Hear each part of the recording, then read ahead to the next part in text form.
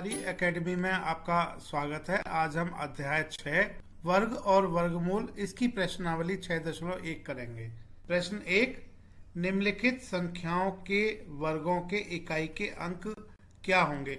बच्चों, यहाँ पर कुछ संख्याएं दी गई हैं, हमें यह बताना है कि इनका अगर हम वर्ग करेंगे तो वर्ग करने पर जो संख्या आएगी उनके इकाई के अंक क्या होंगे। बच्चों, जैसे हम एक उदाहरण ले लेते हैं, 12 का वर्ग बराबर हम जानते हैं कि 12 गुणा 12 होता है और यह 144 होता है। तो 12 का वर्ग बराबर 144 होता है। अगर हम 17 का वर्ग करें तो बच्चों यह 17 गुणा 17 और यह 289 होता है। बच्चों, अगर 25 का वर्ग करें तो यह 25 गुणा 25 यानी कि 625 होता है। तो 12 का वर्ग यह 144, 12 जो संख्या है इसका इकाई का अंक 2 है। 2 का वर्ग 4 होता है, तो 12 के वर्ग में इकाई के स्थान पर 4 आ रहा है। इसी तरह से 17 का वर्ग, इसमें इकाई का अंक 7 है। 7 का वर्ग 49 होता है, इसमें अंतिम अंक 9 है। तो 17 के वर्ग में अंतिम अंक 9 होगा। 25 के वर्ग में अंतिम अंक 5 होगा। तो बच्चों, इसको हम इस तरह से समझ सकते हैं कि 12 में इकाई का अंक 2 है, तो 2 का वर्ग 4 है, तो 12 के वर्ग में अंतिम अंक 4 होगा, इकाई का अंक 4 होगा। इसी तरह से बच्चों 25 के वर्ग में संख्या 25 में अंतिम अंक इकाई का अंक 5 है, 5 का वर्ग 25 होता है, तो 25 के वर्ग में अंतिम अंक 5 होगा। यह 625 है, इकाई का अंक इसमें 5 है। तो बच्चों, यहाँ पर इन सभी संख्याओं के वर्गों के इकाई के अंक क्या होंगे हम यह पता लगा लेते हैं, इसको निकाल लेते हैं। बच्चों, इस प्रश्न को इस तरह से करेंगे, भाग 1 करते हैं। बच्चों, भाग 1 में संख्या दी गई है 81, तो यहाँ हम लिखेंगे 81 में इकाई के स्थान पर 1 है। और बच्चों, क्योंकि 1 का वर्ग बराबर 1, अतः 81 के वर्ग में इकाई का अंक 1 होगा। बच्चों, इसी तरह से हम दूसरे भाग भी कर लेते हैं। दूसरे भाग में संख्या दी गई है 272। बच्चों, 272 में इकाई के स्थान पर 2 है और हम जानते हैं कि 2 का वर्ग बराबर 4, अतः 272 के वर्ग में इकाई का अंक बराबर 4 होगा। बच्चों, भाग 3 करते हैं। भाग 3 में संख्या दी गई है 799। बच्चों, 799 में इकाई के स्थान पर 9 है और हम जानते हैं कि 9 का वर्ग बराबर 81 होता है। और बच्चों, 81 में इकाई का अंक 1 है, अतः 799 के वर्ग में इकाई का अंक बराबर 9 होगा। बच्चों, भाग 4 करते हैं। भाग 4 में संख्या दी गई है 3853। तो 3853 में इकाई के स्थान पर 3 है और 3 का वर्ग बराबर 9, अतः 3853 के वर्ग में इकाई का अंक बराबर 9। बच्चों, भाग 3 में एक बार फिर से देखते हैं। 799 में इकाई के स्थान पर 9 है और 9 का वर्ग बराबर 81। बच्चों, 81 में इकाई का अंक 1 है, अतः 799 के वर्ग में इकाई का अंक बच्चों यहाँ पर यह 1 होगा। बच्चों, अब भाग 5 करते हैं। भाग 5 में संख्या दी गई है 1234।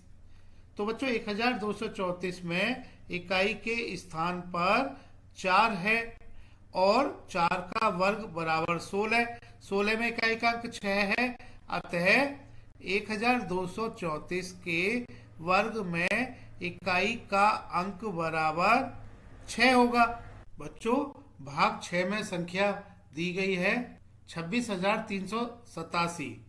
तो बच्चों, 26,387 में इकाई के स्थान पर 7 है और 7 का वर्ग बराबर 49। बच्चों, 49 में इकाई का अंक 9 है, अतः 26,387 के वर्ग में इकाई का अंक बराबर 9। बच्चों भाग 7 करते हैं।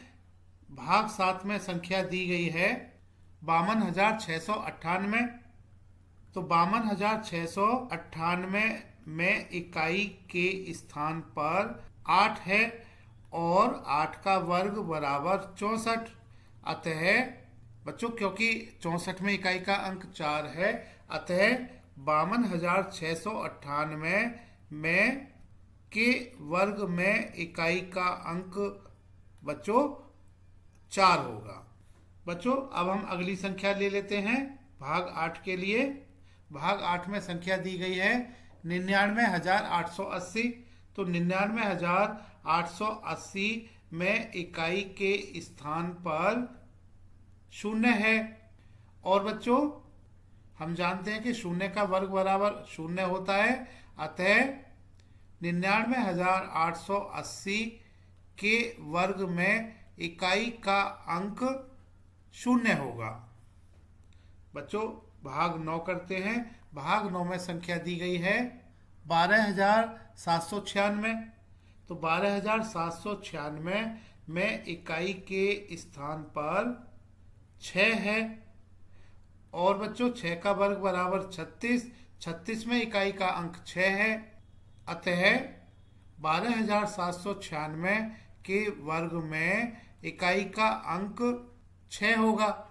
बच्चों भाग 10 करते हैं। इसमें संख्या दी गई है 55,555।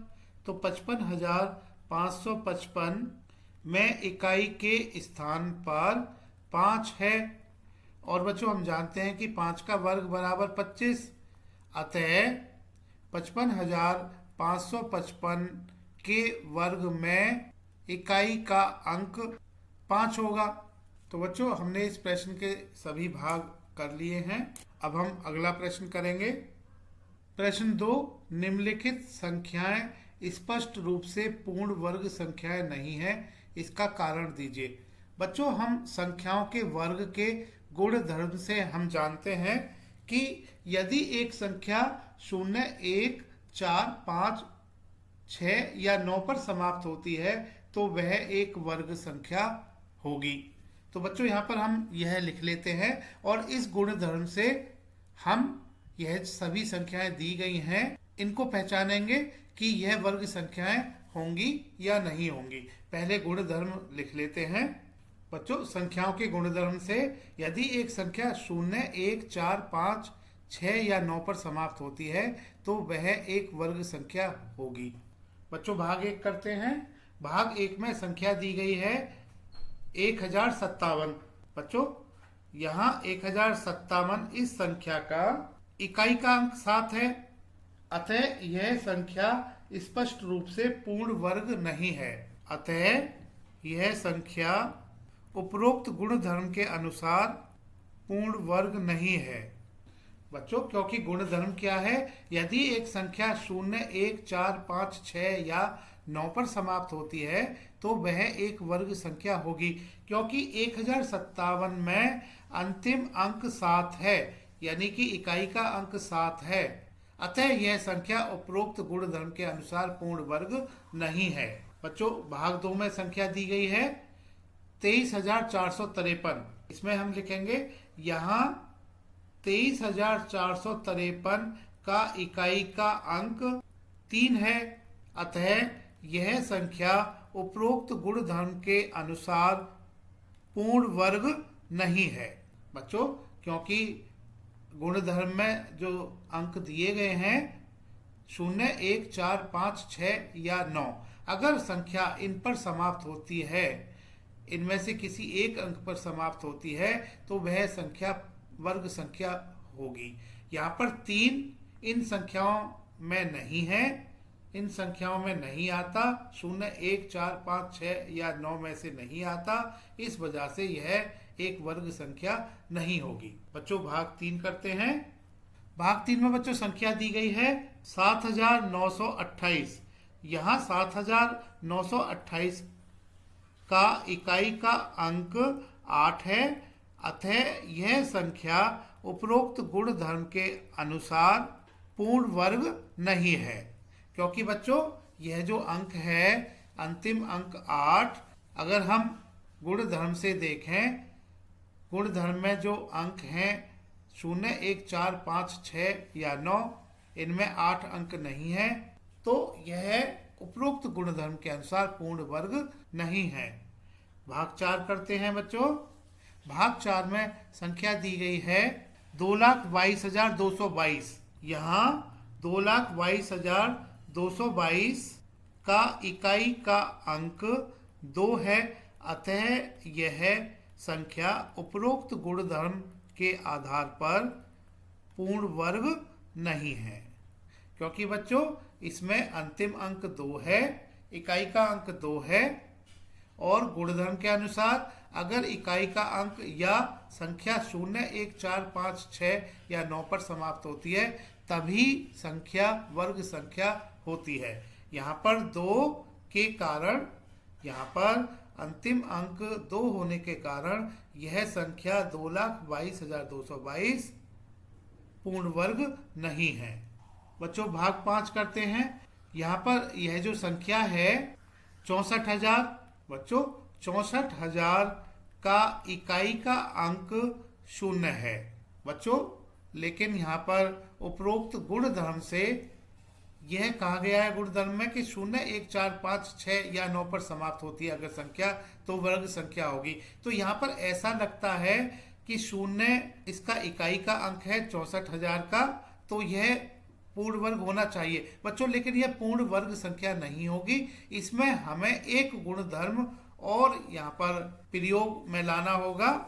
वह गुणधर्म यह है कि अगर 0 से समाप्त हो रही है संख्या, शून्यों की संख्या सम संख्या होनी चाहिए। यहाँ पर क्योंकि 3 शून्य हैं, इस वजह से इस कारण 3 शून्य होने के कारण, क्योंकि 3 शून्य का मतलब 3 विषम संख्या है, शून्य यहाँ पर विषम हैं, तो इस कारण यह संख्या पूर्ण वर्ग संख्या नहीं होगी। अगर संख्या 0 से समाप्त होती है और शून्यों की संख्या सम संख्या है तभी वह संख्या पूर्ण वर्ग संख्या होती है। तो यहाँ 64,000 का इकाई का अंक 0 है, परंतु अंतिम कुल शून्यों की संख्या सम संख्या नहीं है, अतः पूर्ण वर्ग नहीं है। बच्चों भाग 6 करते हैं। भाग 6 में संख्या दी गई है 89,722। बच्चों यहाँ 89,722 का इकाई का अंक 2 है, अतः यह संख्या उपरोक्त गुणधर्म के अनुसार पूर्ण वर्ग नहीं है। बच्चों इस संख्या में 89,722 में इकाई का अंक 2 है, क्योंकि संख्याओं के गुणधर्म से संख्या एक वर्ग संख्या होने के लिए उसका अंतिम अंक 0, 1, 4, 5, 6 या 9 इनमें से एक होना चाहिए। तो यहाँ पर अंतिम अंक 2 है, इस वजह से यह संख्या 89,722 पूर्ण वर्ग संख्या नहीं होगी।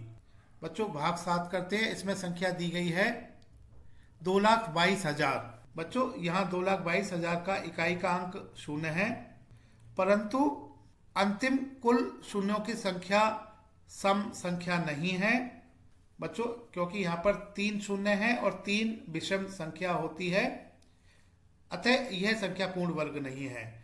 तो यहाँ बच्चों यह जो संख्या दी गई है 2,22,000 का इकाई का अंक 0 है, परंतु अंतिम कुल शून्यों की संख्या सम संख्या नहीं है। अंतिम कुल शून्यों की संख्या सम संख्या न होने से यह पूर्ण वर्ग नहीं है। बच्चों भाग 8 करते हैं। इसमें संख्या दी गई है 5,05,050।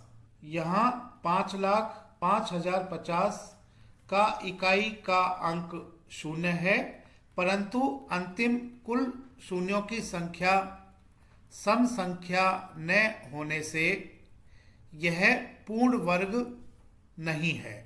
बच्चों यहाँ पर यह जो संख्या है 5,05,050, इसमें इकाई का अंक 0 तो है, लेकिन यहाँ पर जो 0 है वो केवल 1 है और 1 विषम संख्या होती है, यह सम संख्या नहीं है। कुल जो 0 है अंतिम 0 यह एक है, यह सम संख्या न होने के कारण यह संख्या पूर्ण वर्ग नहीं है।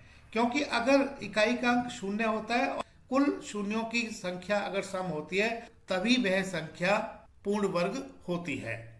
तो बच्चों यहाँ पर स्पष्ट है कि प्रश्न 2 में जो संख्याएं दी गई हैं यह सभी स्पष्ट रूप से पूर्ण वर्ग संख्याएं नहीं हैं। प्रश्न 3 करते हैं। इसमें दिया गया है निम्नलिखित संख्याओं में से किस संख्या का वर्ग विषम होगा।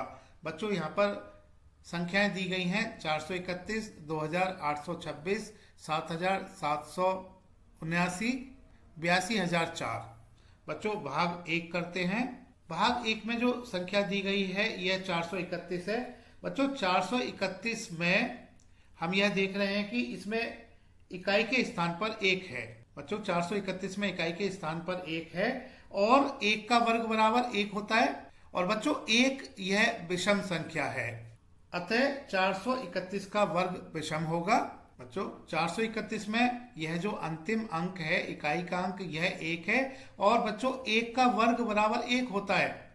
तो इसका मतलब 431 का जब हम वर्ग करेंगे उसके वर्ग में इकाई के स्थान पर 1 आएगा और 1 विषम संख्या होने के कारण हम कह सकते हैं 431 का वर्ग विषम है। जब हम बच्चों 431 का वर्ग करेंगे तो आप देख रहे हो हम 1 को 1 से गुणा करेंगे 1 आता है, 1 को 3 से गुणा करेंगे 3 आता है, 1 को 4 से गुणा करते 4 आता है, फिर 3 को 1 से गुणा करेंगे 3 आएगा, 3 को 3 से गुणा करेंगे 9 आएगा, 3 को 4 से गुणा करेंगे 12 आएगा। इसके बाद बच्चों आगे हम 4 को 1 से गुणा करेंगे 4 आएगा, 4 को 3 से गुणा करेंगे 12 आएगा, 1 आगे 4 को 4 से गुणा करेंगे 16 आएगा, 16 और 1 17, 1 3 और 3 6, 4 और 4 8 और 9 17, 1 आगे 1 2 और 2 5, 1 और 7 8 1। तो 431 का वर्ग बराबर 1,85,761। तो बच्चों 431 के वर्ग में अंतिम अंक 1 है, तो बच्चों 431 का वर्ग विषम होगा। तो इसको इसी तरह से हम करेंगे, लिखेंगे 431 में इकाई के स्थान पर 1 है और 1 का वर्ग बराबर 1, 1 विषम संख्या है, अतः 431 का वर्ग विषम है क्योंकि 431 के वर्ग में अंतिम अंक 1 होगा। भाग 2 करते हैं बच्चों। भाग 2 में संख्या दी गई है 2826। बच्चों 2826 में इकाई के स्थान पर 6 है और 6 का वर्ग बराबर 36। 36 में अंतिम अंक यानी इकाई का अंक 6 है और बच्चों 6 सम संख्या है, अतः 2826 का वर्ग सम है। तो इसका मतलब 2826 का वर्ग विषम नहीं है। तो यहाँ पर हम, क्योंकि हमें प्रश्न का उत्तर इस तरह से देना है निम्नलिखित संख्याओं में से किस संख्या का वर्ग विषम होगा, तो यहाँ पर हम उत्तर में लिखेंगे 2826 का वर्ग विषम नहीं है। भाग 3 करते हैं। 7779। बच्चों इस संख्या में इकाई के स्थान पर 9 है और बच्चों 9 का वर्ग बराबर 81 होता है। 81 में इकाई का अंक 1 है, 1 विषम संख्या है, अतः 7779 का वर्ग विषम है। बच्चों भाग 4 करते हैं। भाग 4 में संख्या दी गई है 82,004। तो बच्चों 82,004 में इकाई के स्थान पर 4 है और बच्चों 4 का वर्ग बराबर 16। 16 में अंतिम अंक 6 है, 6 सम संख्या है, अतः 82,004 का वर्ग विषम नहीं है क्योंकि 82,004 यह सम संख्या है, इसका अंतिम अंक 4 है। प्रश्न 4 करते हैं बच्चों। निम्न प्रतिरूप का अवलोकन कीजिए और रिक्त स्थान भरिए। यहाँ पर बच्चों 11 का वर्ग 121 दिया गया है और 11 का वर्ग 121 होता है। अब 101 का वर्ग बराबर 10201। बच्चों यहाँ पर बच्चों 101 का वर्ग बराबर 10201 और 1001 का वर्ग बराबर एक, दो शून्य, दो, दो शून्य, एक। बच्चों अगर हम दूसरा और तीसरा यानी 101 का वर्ग और 1001 का वर्ग इसका अवलोकन करें तो यहाँ पर 101 का वर्ग 101 में एक शून्य है, 1001 का वर्ग 1001 इस संख्या में दो शून्य है।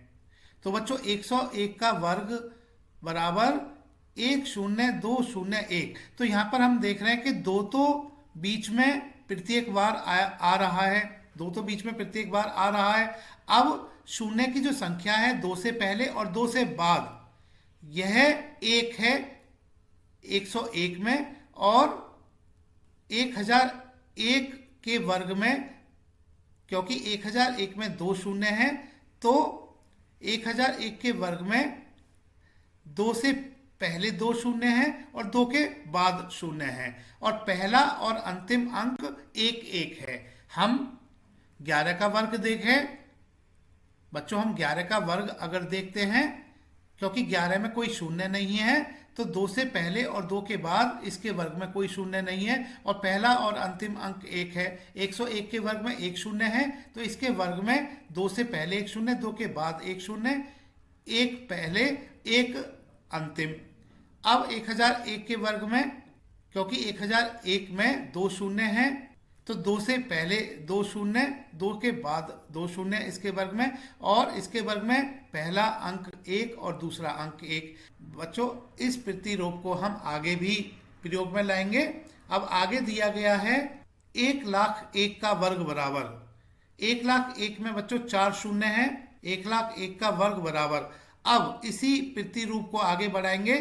पहले बीच में हम दो लिखेंगे, क्योंकि 1001 में चार शून्य है तो दो के बाद चार शून्य लिखेंगे और दो से पहले चार शून्य लिखेंगे। पहला अंक एक होगा और अंतिम अंक एक होगा। तो बच्चों यहाँ पर रिक्त स्थान में दो से पहले चार शून्य आएंगी और दो के बाद चार शून्य आएंगी। अब आगे बच्चों संख्या दी गई है एक, इसके बाद 1 2 3 4 5 6 शून्य, एक का वर्ग। 1,01,00,000 का वर्ग बराबर, बच्चों हम दो लिखेंगे पहले और दो के बाद छह शून्य लिखेंगे, दो से पहले छह शून्य लिखेंगे, पहला अंक एक होगा, अंतिम अंक एक होगा इसके वर्ग में।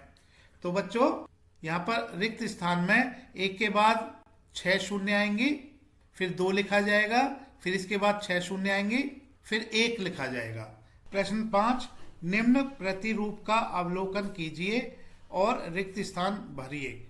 बच्चों यहाँ पर हम पहले तीन जो वर्ग दिए गए हैं इनका अवलोकन कर लेते हैं। बच्चों पहले वर्ग में यानी 11 का वर्ग बराबर 1 2 1, 121 दिया गया है, और बच्चों 101 का वर्ग बराबर 1,02,01 और 1,01,01 का वर्ग बराबर यानी 10,000। 101 का वर्ग बराबर 1,02,03,02,01।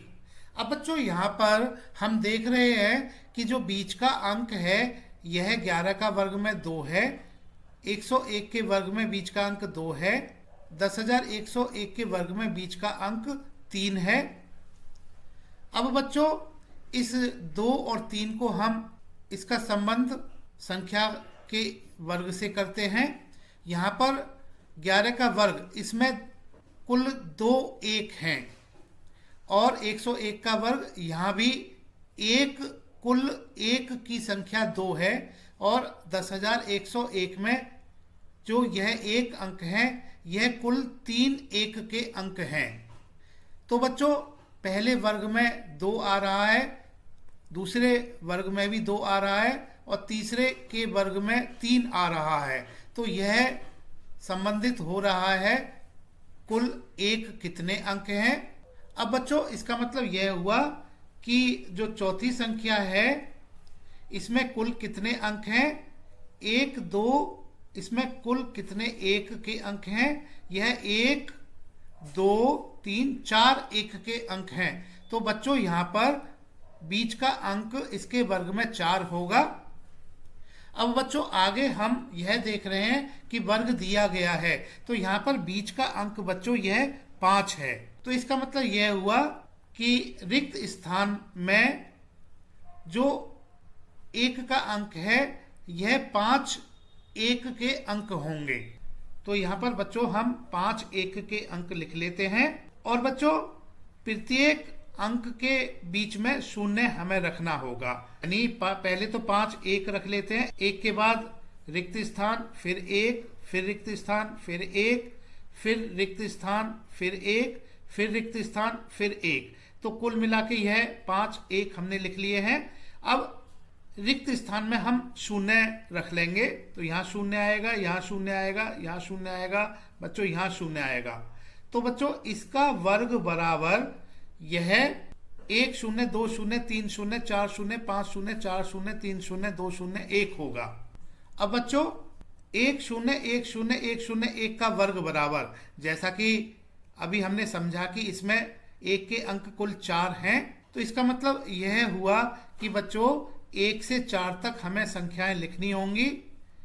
जैसे यहाँ पर 1 के बाद यहाँ रिक्त स्थान छोड़ेंगे, फिर 2 लिखेंगे, रिक्त स्थान छोड़ेंगे, फिर 3 लिखेंगे। अब बच्चों 4 के बाद हम घटता हुआ क्रम लिखेंगे संख्याओं का, प्राकृत संख्याओं का। यह 3, 4 के बाद रिक्त स्थान 3, रिक्त स्थान 2, फिर रिक्त स्थान, फिर 1 लिखेंगे। और इन अंकों के बीच में हम शून्य रिक्त स्थान में लिखेंगे। तो बच्चों इस तरह से 1 0 1 0 1 0 1 का वर्ग बराबर 1 0 2 0 3 0 4 0 3 0 2 0 1 होगा।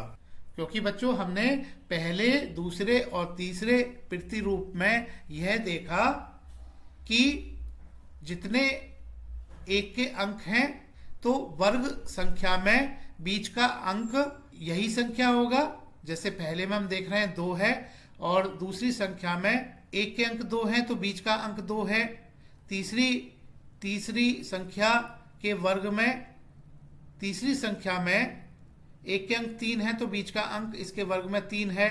अब बच्चों पहली संख्या के वर्ग यानी 11 का वर्ग, 11 में कोई शून्य नहीं है, तो बच्चों पहली संख्या के वर्ग में भी कोई शून्य नहीं है।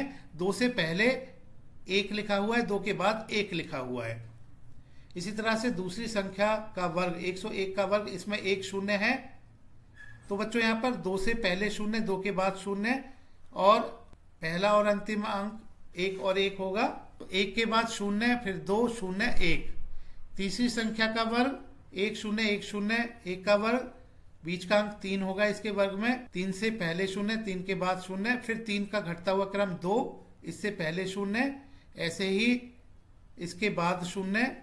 ये आप देख रहे हैं पहला अंक 1, अंतिम अंक 1। यानी आपने यह देखना है 3 2 1, 3 2 1। तो यही हमने प्रतिरूप को आगे बढ़ाना है। तो इस तरह से बच्चों 1 0 1 0 1 0 1 का वर्ग, यहाँ पर हम बीच का अंक 4 लेंगे और 4 के बाद 3 2 1 लिखेंगे सीधे हाथ की तरफ और बाएं हाथ की तरफ। लेकिन 2 लगातार अंकों के बीच में हमने बीच में शून्य यहाँ पर रखना है।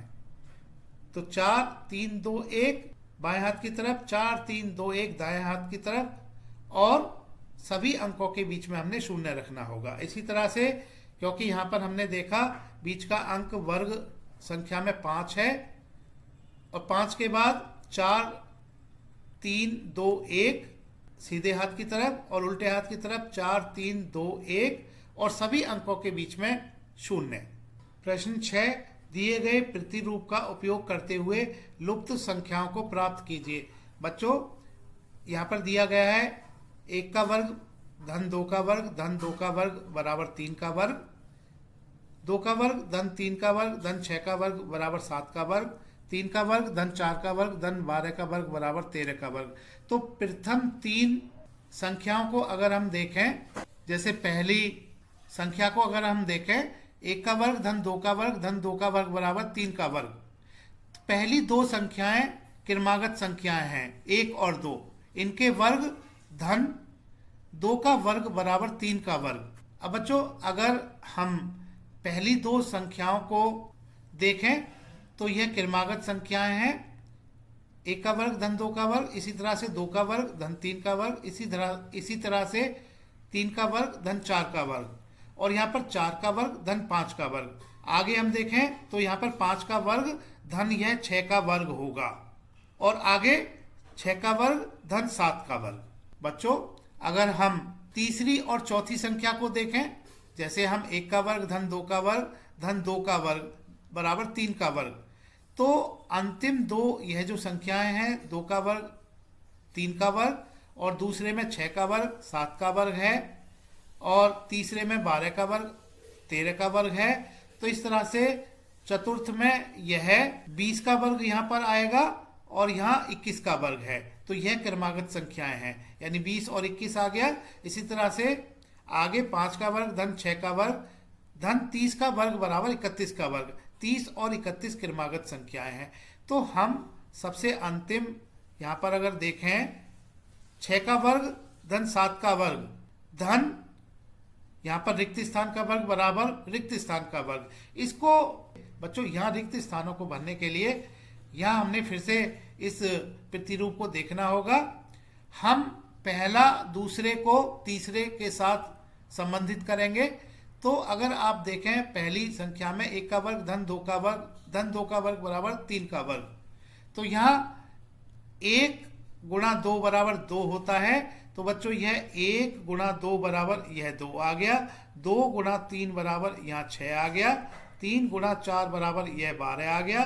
चार गुणा पाँच बराबर बच्चों यह 20 आ गया। यहाँ पाँच गुणा छः बराबर बच्चों यहाँ 30 आ गया। ऐसे यहाँ पर 6 गुणा 7 बराबर 42 होता है। और बच्चों यहाँ पर इसका क्रमागत संख्या 42 का 43 आएगा। तो 6 का वर्ग धन 7 का वर्ग धन 42 का वर्ग बराबर 43 का वर्ग होगा। तो बच्चों हमने सभी रिक्त स्थानों को इस तरह से भर लिया है प्रतिरूपों का उपयोग करते हुए। हमने सभी लुप्त संख्याओं को प्राप्त कर लिया है। प्रश्न 7 करते हैं, योग संक्रिया किए बिना योगफल ज्ञात कीजिए। बच्चों भाग 1 में दिया गया है 1 धन 3 धन 5 धन 7 धन 9।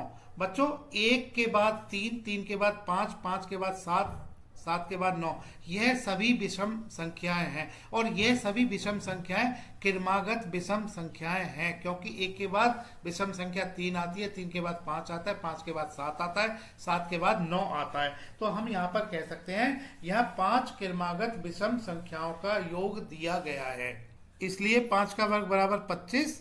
तो बच्चों यह योग 25 होगा, इसलिए दिया गया योग बराबर 25। तो बच्चों भाग 1 में 1 धन 3 धन 5 धन 7 धन 9 बराबर 25 होगा। भाग 2 करते हैं। बच्चों भाग 2 में अगर हम देखें तो 1 के बाद 3, फिर 5, 7, 9, 11, 13, 15, 17, 19, यह सभी क्रमागत विषम संख्याएं हैं। कितनी क्रमागत विषम संख्याएं हैं? 1, 2, 3, 4, 5, 6, 7, 8, 9, 10 क्रमागत विषम संख्याएं हैं। तो बच्चों यहाँ 10 क्रमागत विषम संख्याओं का योग दिया गया है, इसलिए 10 का वर्ग बराबर हम जानते हैं कि 100 होता है, इसलिए दिया गया योग बराबर 100 होगा। तो बच्चों इन सभी संख्याओं का क्रमागत 10 विषम संख्याओं का योग यह 100 होगा।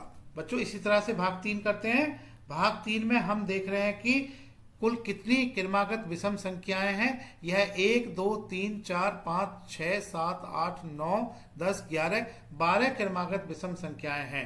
तो यहाँ पर 12 क्रमागत विषम संख्याओं का योग दिया गया है, इसलिए 12 का वर्ग बराबर हम जानते हैं कि 144 होता है, अतः दिया गया योग बराबर 144 होगा। तो बच्चों यह योग 144 आएगा। प्रश्न 8 करते हैं। भाग 1, 49 को 7 विषम संख्याओं के योग के रूप में लिखिए। बच्चों हम जानते हैं कि 7 का वर्ग बराबर 49 होता है, इसलिए 7 क्रमागत विषम संख्याओं का योग 49 होगा। बच्चों हमने प्रश्न 7 में भी सीखा है, हमने वहां पर देखा था जैसे प्रथम भाग में 5 क्रमागत विषम संख्याओं का योग 5 का वर्ग बराबर 25 है, और 10 क्रमागत विषम संख्याओं का योग 10 का वर्ग बराबर 100 होगा। 12 क्रमागत विषम संख्याओं का योग 12 का वर्ग बराबर 144 होगा। इसको हम प्रश्न 8 में भी प्रयोग में लाएंगे। 7 का वर्ग बराबर 49 होता है, तो इसलिए 7 क्रमागत विषम संख्याओं का योग 49 होगा। इस योग को बच्चों यहाँ पर हम दर्शा देते हैं। पहली 7 क्रमागत विषम संख्याएं यह 1, 3, 5, 7, 9, 11 और 13 होंगी। तो 1 धन 3 धन 5 धन 7 धन 9 धन 11 धन 13 बराबर 49 होगा। बच्चों भाग 2 करते हैं। भाग 2 में पूछा गया है 121 को 11 विषम संख्याओं के योग के रूप में लिखिए। बच्चों हम जानते हैं कि 11 का वर्ग बराबर 121, इसलिए 11 क्रमागत विषम संख्याओं का योग 121 होगा। और इसको हम इस तरह से लिखेंगे 1 धन 3 धन 5 धन 7 धन 9 धन 11 धन 13 धन 15 धन 17 धन 19 धन 21। बच्चों यह 11 क्रमागत विषम संख्याएं हैं। 1, 3, 5, 7, 9, 11, 13, 15, 17, 19 और 21। इन सभी का योग 11 क्रमागत विषम संख्याओं का योग 121 होगा। तो बच्चों भाग 1 में 49 बराबर 1 धन 3 धन 5 धन 7 धन 9 धन 11 धन 13 लिखेंगे। और भाग 2 के लिए 121 बराबर 1 धन 3 धन 5 धन 7 धन 9 धन 11 धन 13 धन 15 धन 17 धन 19 धन 21 लिखेंगे। प्रश्न 9 करते हैं। इसमें दिया गया है निम्नलिखित संख्याओं के वर्ग के बीच में कितनी संख्याएं हैं। बच्चों पहले तो हम यहाँ पर संख्याओं का गुणधर्म लिख लेते हैं जो इससे संबंधित है।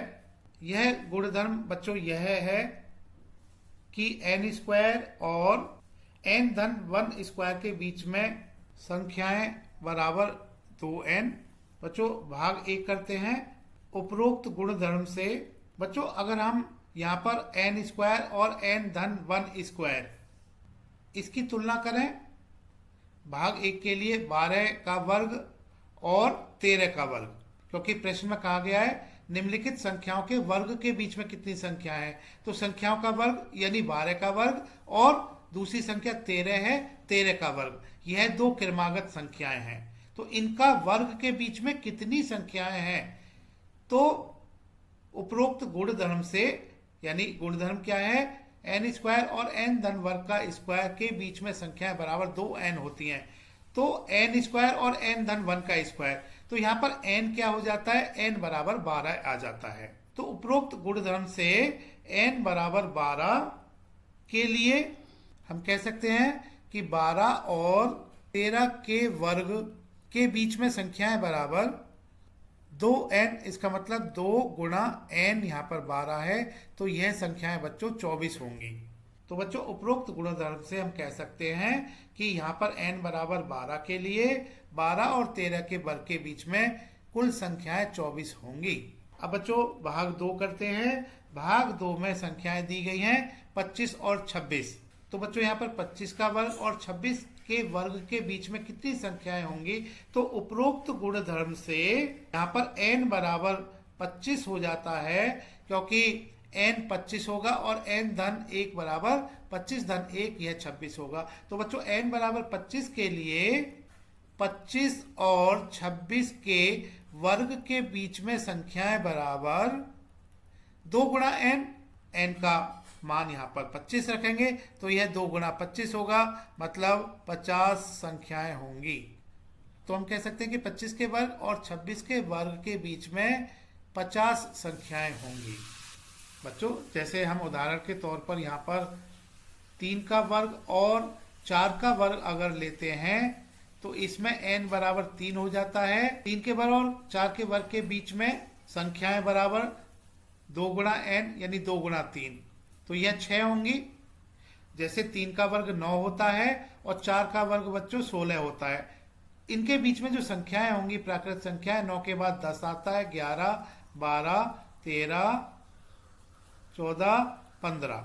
तो 9 और 16 के बीच में यानी 10, 11, 12, 13, 14, 15, यह 1, 2, 3, 4, 5, 6 संख्याएं होंगी। तो इसी तरह से 12 और 13 के वर्ग के बीच में 24 संख्याएं होंगी। 25 और 26 के वर्ग के बीच में 50 संख्याएं होंगी। भाग 3 करते हैं बच्चों। भाग 3 में दिया गया है 99 और 100। तो बच्चों उपरोक्त गुणधर्म से यहाँ पर n बराबर 99 हो जाता है। इसके लिए यानी 99 और 100 के वर्ग के बीच में संख्याएं बराबर 2 गुणा n, और n यहाँ पर 99 रखेंगे तो बच्चों 2 गुणा 99 बराबर 198। तो 99 और 100 के वर्ग के बीच में 198 संख्याएं होंगी। बच्चों तिवारी एकेडमी देखने के लिए धन्यवाद।